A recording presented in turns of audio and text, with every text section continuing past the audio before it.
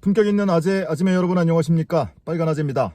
오늘은 서울 남부지방법원에 와 있습니다. 손혜원 전 의원 항소심 선고가 있었습니다. 결과적으로 보면 판정승, KO승까지는 아니고 판정승했다. 1심에서 징역 1년 6개월 실형 선고 받았었는데 오늘 항소심에서는 벌금 1,000만 원 선고를 받았습니다. 주된 혐의는 비밀 자료를 이용해서 부동산 투기를 했다는 거였거든요. 그게 무죄 선고가 나왔습니다. 1심에서 이 부분에 대해서 유죄 선고를 했었거든요. 조금 전에 손혜원 의원이 선고 직후에 인터뷰를 해서 그 인터뷰 영상을 올려드렸는데 그러고 말려고 했어요. 근데 언론에서 어떻게 보도를 하고 있는지 차 타고 나서 잠깐 훑어보니까 이거 조금 더 자세히 말씀을 드려야겠다라는 생각이 움찔 들었습니다. 왜 그러냐면 대부분 유죄 선고 난 부분에 포커싱을 해서 제목을 뽑고 있고, 특히 이 사건이 시작된 것이 2019년 초였던가요? SBS 보도에서 촉발이 됐었죠. SBS가 끝까지 판다라는 뉴스 코너에서 몇 날 며칠을 몇 곡지를 할애를 해서 융단 폭격을 퍼붓듯이 이 사건을 보도를 했습니다. 그 의혹 제기에서 비롯돼서 2019년 1월에 시민단체가 고발을 하고, 그리고 자유한국당이 또 대검에 고발을 하고, 그런 과정을 거쳐서 수사받고 재판까지 가게 된 거거든요. 근데 SBS가 제목을 어떻게 뽑았나 봤더니 2심도 유죄 선고, 이렇게 보도를 했어요. 1년 6개월 실형에서 벌금 1,000만 원으로 확 깎인 거거든요. 더더군다나 가장 주된 혐의, 비밀 자료 이용해서 부동산 투기했다는 혐의는 무죄로 뒤집혔는데 이렇게 보도를 합니다. 그래서 그 보도를 보고 조금 더 자세히 여러분께 말씀을 드릴 필요가 있겠다 싶어서 카메라를 켰습니다. 오늘 공판 결과는 두 개의 혐의입니다. 첫 번째가 부동산 투기 혐의, 목포시청에서 비밀 자료를 건네받고 그걸 토대로 해서 시세 차익을 거둘 목적으로 부동산 투기를 했다, 부동산을 매수했다. 이게 부패방지법 위반 혐의입니다. 이게 가장 주된 혐의고, 또 하나가 그 과정에서 조카 명의로 부동산을 샀다, 명의신탁했다. 그래서 부동산 실명법 위반 혐의가 하나가 있었어요. 전자는 무죄, 후자만 유죄 선고가 된 건데, 우선은 유죄 나온 부분 부동산 실명법 위반 혐의에 대해서는 창성장이라는 게스트하우스, 여러분들 많이 기억들 하시죠? 이 조카한테 증여를 했다는 게 이제 손혜원 의원 측 주장입니다. 조카와 그 엄마가 거기서 그걸 기반으로 삼아서 먹고 살 수 있게 해줄 목적으로 증여를 했다. 그게 7,200만 원이었거든요. 3명이 공동 명의로 지분 3분의 1 지분으로 매수를 한 건데, 그거를 손혜원 의원이 실소유 주고 조카 명의를 빌려서 산 거야. 그러니까 명의신탁한 거야. 이게 이제 기소 혐의였습니다. 근데 재판부는 이걸 검찰의 기소 사실을 인정을 했어요. 다만 손혜원 의원 측에서는 말씀드린 바와 같이 조카 4명에 대해서 적어도 1억 이상씩 이렇게 먹고 살 수 있는 기반을 마련해주고 유학을 자금을 대주기도 하고, 그 창성장을 매수하기 이전에, 그걸 증여하기 이전에도 목포에 그 카페를 지금 하고 있는 손소영 씨, 조카 손소영 씨가 하고 있는 카페 건물도 사서 증여를 한 거거든요. 그건 억대입니다. 근데 그거는 기소조차 되지 않았어요. 왜? 5월 18일에 목포시청에 그 자료를 받기 이전에 매수한 거라고 해서 전혀 기소가 되지 않았어요. 그러니까 그런 연장선상으로 보면 당연히 그 일환으로, 같은 맥락으로 조카 먹고 살으라고 7,200만 원 들여서 3분의 1 지분 매수해서 그거를 증여를 한 것이고, 실제로 그 조카와 엄마가 거기서 매니저처럼 관리를 하면서 거기에서 수익을 얻어서 지금 생활을 영위하고 있는데, 이걸 가지고 어떻게 나보고 매수했다고 하느냐, 4명이라고 하느냐, 이런 거예요. 근데 이제 재판부는 손혜원 의원 측 주장을 받아들이지 않았고, 부동산 매매 대금이라든지 또는 중개수수료, 취등록세, 이런 걸 전부 다 손 의원 측 또는 그 다른 사람, 그 명의신탁자들이 부담을 했고, 매수 과정도 다 주도를 했고 하기 때문에 명의신탁이다, 이렇게 판단을 했습니다. 근데 손 의원 측에서는 이 주장을 받아들일 수 없다, 그래서 그 부분에 대해서도 상고를 해서 대법원에서 다시 한번 다투겠다고 의사를 분명히 했고요. 이제 오늘의 주된 핵심 내용인 비밀 자료를 취득해서 투기를 했느냐, 이 부분, 그러니까 2017년 5월 18일 또는 그 전후에 목포시에서 자료를 받습니다. 그 도시재생 사업에 관한 자료를 받는데 이게 비밀 자료냐 아니냐, 이것이 이제 1차 쟁점이에요.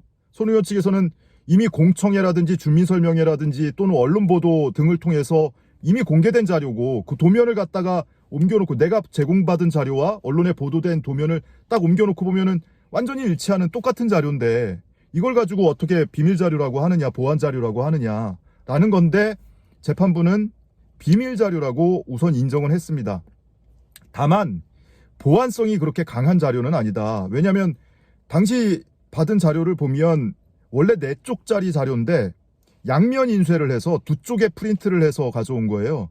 그러니까 그 형식상으로 보더라도 그렇게 보안성이 강한 자료는 아니고, 더더군다나 손혜원 의원이 그 자료를 가져가지도 않았고 손 의원 본인은 그 자료를 본 기억조차 없다고 한다. 그러니 이 자료를 활용해서 어떤 투기에 활용했다고 보기는 어렵다. 비밀 자료라고는 인정했지만 투기에 활용하지는 않았다는 거예요. 또 그 근거 중에 하나가 뭐냐면 그 조카 중에 한 명인 손소영 씨가 운영하고 있는 그 카페 건물을 마찬가지로 그것도 증여한 건데, 손혜원 의원이 매매 계약을 체결하는 날, 그날 바로 지금 문제가 되고 있는 이 창성장 건물을 보고 주인이 누구냐 연결해달라 라면서 매수 의사를 이미 그때부터 밝혔다는 겁니다.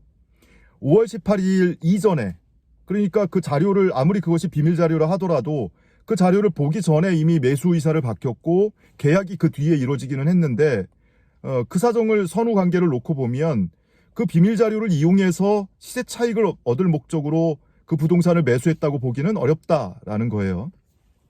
자, 그 밖에도 그러니까 그 5월 18일 받은 자료하고 무관하게 이 창성장 건물을 매수했다는 것이고요. 그리고 손혜원 의원이 그 일대의 그 토지와 건물을 소유하고 있는 소유주들한테 팔지 마라, 이거 지켜라 라고 계속 권유를 했대요.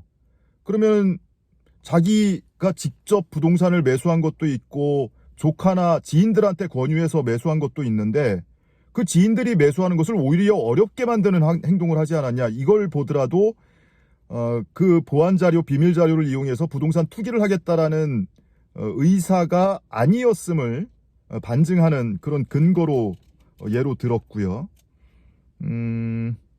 그래서 결과적으로 손혜원 의원이 목포 구도심의 목포주택을 주변에 적극적으로 홍보하고 다녔고, 그리고 주된 매수 목적도 부동산 시세 차익을 거두려는 목적이 아니라 구도심 부동산을 직접 매수하거나 지인들한테 매수하도록 권유해서 그 지역 개발을 도모하기 위한 거였다.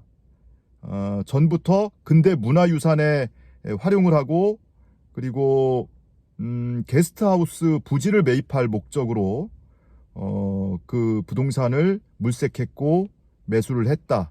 이렇게 인정을 한 겁니다. 또 하나는 그 즈음에 5월 18일에 보안 자료를 받기 전에 손혜원 의원이 본인의 페이스북에 목포 부동산 이 목조주택, 뭐 적산가옥이라고 하죠. 일제시대 지어진 적산가옥, 이런 것들에 대해서 막 주변에 알리고 홍보하고 여기 들어와서 살아라, 이런 것들을 홍보하고 권유하고, 그리고 팟캐스트 방송에 나와서도 이런 이야기를 한 적이 있다. 그러니 그 자료와 무관하게 이 부동산을 취득한 것이다 라는 것을 인정을 해서 부패방지법 위반 혐의는 무죄다라고 판단을 했습니다. 검찰도 1심에서 뭐 실형을 선고받았지만 항소를 했었거든요. 검찰은 4년을 구형했었어요. 근데 1심 선고는 징역 1년 6개월 선고가 됐었잖아요. 그러니까 검찰도 항소를 했습니다. 특히 국토부에서 도시재생 뉴딜 사업 선정 결과를 발표한 이후에 것은 보안이 해제된 것이고 그 이전 것은 보안이 유지되던 상태였다라면서 일부 무죄 판단 받은 혐의에 대해서 항소를 했는데, 또는 형량이 적다는 이유로 항소를 했는데 검찰의 항소는 전부 다 기각했고요. 손혜원 의원 측의 항소를 상당 부분 받아들여서 부동산 실명법 위반 혐의를 제외한 다른 혐의를 전부 무죄로 선고했다. 그래서 결과적으로 벌금 1,000만 원, 그리고 함께 기소가 됐던 이 전 보좌관이 있습니다. 조모 씨가 있는데 이 조모 씨에 대해서는 1심에서 징역 1년 선고가 됐었거든요. 근데 오늘 항소심에서는 징역 6월에 집행유예 1년, 집행유예 선고를 했습니다. 그래서 구속되지 않았고 이 조 씨에 대해서는 부동산 실명법 위반하고 공무상 비밀 누설 혐의를 유죄로 인정해서 이와 같이 집행유예 선고를 했습니다. 자, 이 정도로 오늘 공판 소식은 짤막하게 정리를 해드리고요. 제가 뭐 급하게 메모를 하고 받아 적은 거라서 얼마나 그 정합성이 있을지 모르겠으나 제가 들은 내용은 있는 그대로 여러분께 축약을 해서 말씀을 드렸습니다. 어쨌든 언론의 보도 태도, 그리고 특히 SBS가 어떻게 보도했는지를 보니까 마치 1심에서 실형받았던 대부분의 혐의가 항소심에서도 인정이 된 것처럼, 유죄로 인정된 것처럼 이런 식으로 제목을 뽑아놨길래 조금 더 자세히 여러분께 설명을 드리는 게 좋겠다 싶어서 이렇게 방송을 켰습니다. 자, 오늘 소식은 이 정도로 마치죠. 시청해주신 여러분 고맙습니다. 한마디로 손혜원 전 의원의 목포 부동산 투기 혐의는 누명을 벗었다, 이렇게 보시면 될 것 같습니다.